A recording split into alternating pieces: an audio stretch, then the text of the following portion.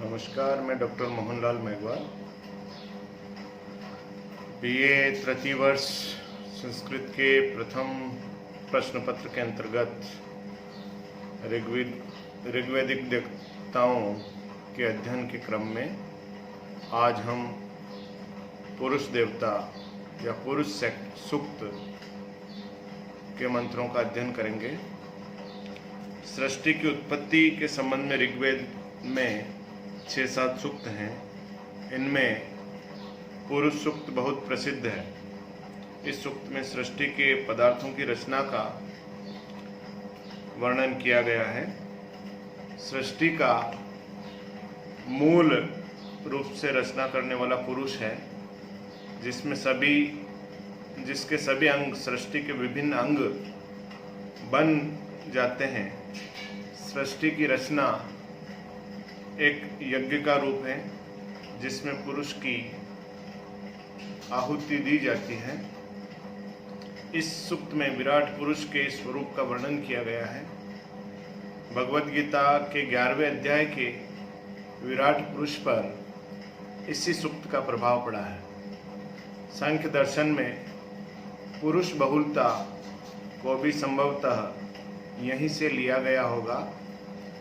कुछ विद्वानों का मत है कि इस सूक्त की रचना कुछ अर्वाचीन है, क्योंकि इसमें एक परम पुरुष की उपासना की गई है जो एक देवतावाद का प्रतिपादन करती है। यह विराट पुरुष हजारों सिर, आँखों और पैरों वाला है और उसने संपूर्ण ब्रह्मांड को व्याप्त कर रखा है।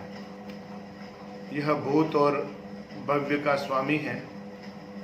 उस पुरुष से ही चतुर्वर्ण की उत्पत्ति हुई है, ऐसा माना जाता है।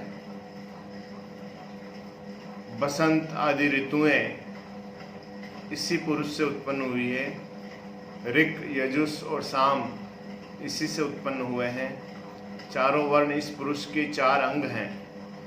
सूर्य चक्षु है, वायु प्राण है, अग्नि मुख है और मन चंद्रमा है। स्वर्ग या नरक की प्राप्ति इस पुरुष रूप यज्ञ द्वारा ही होती है। पुरुष सूक्त के अनुसार भौतिक जगत, वृक्ष, पशु, तृण, सूर्य, चंद्र आदि की सृष्टि मनुष्य की सृष्टि से पहले हुई। इस पुरुष के एक चरण से पृथ्वीलोक की रचना की और 3 चरणों को ऊपर रखा हुआ है। ऋषियों द्वारा इस पुरुष यज्ञ का विस्तार हुआ। इस सूक्त का रहस्य यही है कि आत्मज्ञान के द्वारा जीवन को सफल बनाना चाहिए। तो ऋग्वेद के 10वें मंडल में 90वां सूक्त पुरुष सूक्त के रूप में हमें प्राप्त होता है। इसके ऋषि नारायण हैं और इसके देवता पुरुष हैं। त्रिष्टुप छंद अंतिम मंत्र में त्रिष्टुप छंद है तथा अन्य सब में अनुष्टुप छंद का प्रयोग हुआ है।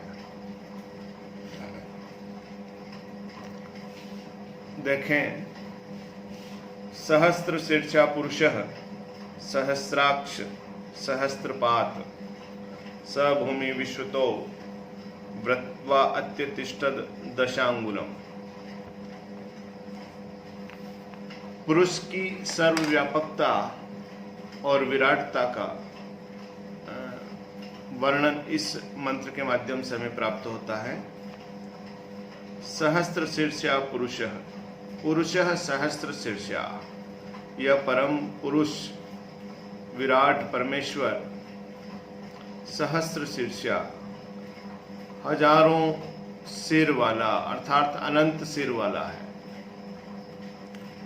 सहस्राक्ष सहस्त्रपातः, हजारों आंखों वाला और हजारों सहस्त्रपातः, हजारों पैरों वाला है।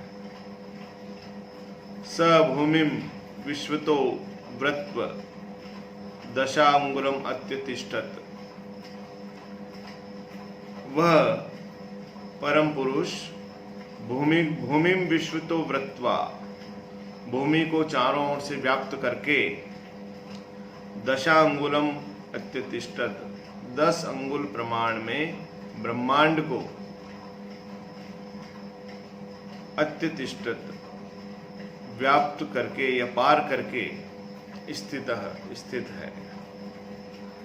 अर्थात वह परम पुरुष हजारों सिर वाला, हजारों आँखों वाला और हजारों पैरों वाला है।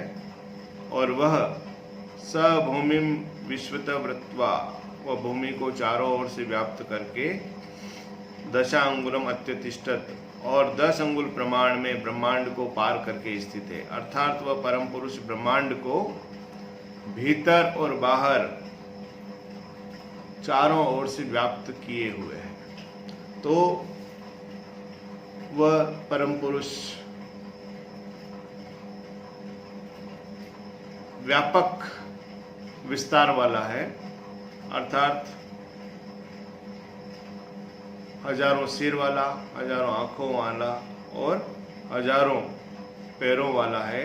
और इस संपूर्ण जगत को, इस पृथ्वीलोक को चारों ओर से व्याप्त करके और 10 अंगुल मात्र में इस ब्रह्मांड को पार करके स्थित है। ऐसी विराटता इस परम पुरुष की है। पुरुष एव इदम सर्वम यत भूतम यच्च भव्यम उत अमृतत्वस्य ईशानो यद अन्नेन अति रोहति। मंत्र दृष्टा ऋषि कहते हैं कि पुरुष एव इदम सर्वम तत्पुरुष एव, यह सब कुछ जो दृश्यमान है, दृश्यमान वर्तमान जगत है, वह पुरुष एव, पुरुष ही है।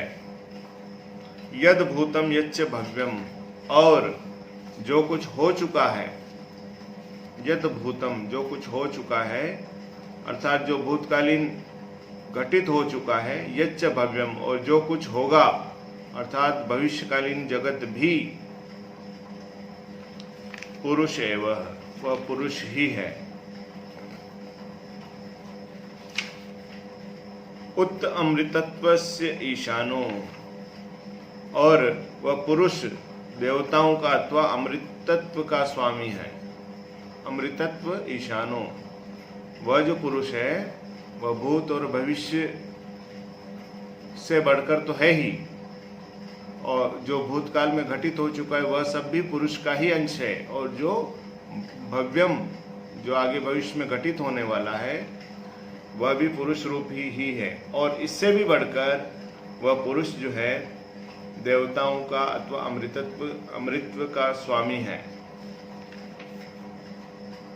यद अन्नेन अतिरोहति, जो पुरुष अन्न अर्थात प्राणियों के द्वारा भोग्य पदार्थों के कारण बढ़ता है, अर्थात इस दृश्यमान जगत रूप अवस्था को प्राप्त होता है। मंत्र दृष्टा ऋषि कहते हैं कि पुरुष एव इदम सर्वम पुरुष एव, यह जो कुछ है वह पुरुष का ही रूप है। यद भूतम यच्च भव्यम, जो भूतकाल में हो चुका है और जो भविष्य काल में होने वाला है, तत्सर्वम पुरुष एव, वह सब पुरुष का ही विस्तार मात्र है, उसी की महिमा है। उत अमृतत्व ईशानो, इसके अलावा वह अमृतत्व का स्वामी है, अमृतत्व का ईश्वर है, देवताओं अथवा अमृतत्व का वह स्वामी है। यद अन्नेन अतिरोहति, वह जो है पुरुष अन्य अर्थात प्राणियों के भोग्य पदार्थों के कारण बढ़ता है। जो कुछ जगत में प्राणियों द्वारा ग्रहण किया जाता है तो प्राणी इससे वृद्धि को प्राप्त करते हैं और एक तरह से वह उस परम पुरुष का ही विस्तार है। तो ऐसा वह यह पुरुष जो कि वर्तमान दृश्यमान जगत के रूप में हमारे सामने प्रकट है, यह सब कुछ पुरुष का ही विस्तार है। इसके अलावा भूतकाल और भविष्यत काल में जो भी घटित हुआ है या होने वाला है वह सब पुरुष का ही विस्तार है। वह अमृतत्व का स्वामी है और प्राणियों द्वारा जो भोज्य पदार्थ हैं उनके रूप में वह विस्तार को प्राप्त होता है। एतावान अस्य महिमा अतो जयान पुरुषः पादो अस्य विश्वाभूतानि त्रिपाद अस्य अमृतम दिवी। इसके अतिरिक्त भी पुरुष की और अधिक महिमा है, उसी का वर्णन इस मंत्र के माध्यम से मंत्र दृष्टा ऋषि करते हैं। एतावान अस्य महिमा, इतनी इसकी महिमा है। ये जो पूर्व में बताया गया है कि जो कुछ दृश्यमान जगत है वह पुरुष का ही रूप है और जो भूतकाल और भविष्यकाल में होने वाला है या हो चुका है वह भी पुरुष का ही रूप में। तो एतावान अस्य महिमा, यह इसकी महिमा है। पुरुष अतो जायान, अर्थात भूत भविष्य वर्तमान काल त्रय वर्ती यह समग्र जगत इसकी महिमा मात्र है, इसका स्वरूप नहीं है।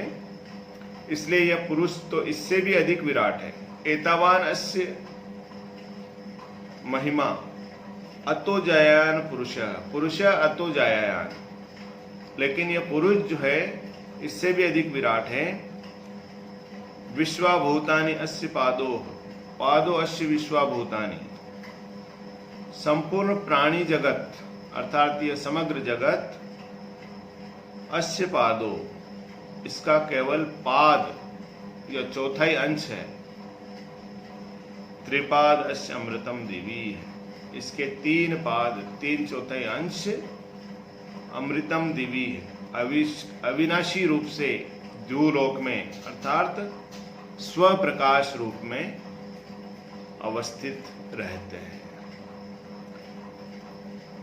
पूर्व में जो बातें बताई गई है वह विराट पुरुष की महिमा है, लेकिन यह विराट पुरुष इससे भी बढ़कर है। विश्वाभूतानि अस्य पादो, ये जो कुछ हम देख रहे हैं समग्र जगत के रूप में वह इसका 1/4 अंश मात्र है और इसका त्रिपाद 3/4 अंश अमृतत्व रूप में अविनाशी रूप में द्युलोक में स्थित है अर्थात स्व प्रकाश रूप में स्थित है।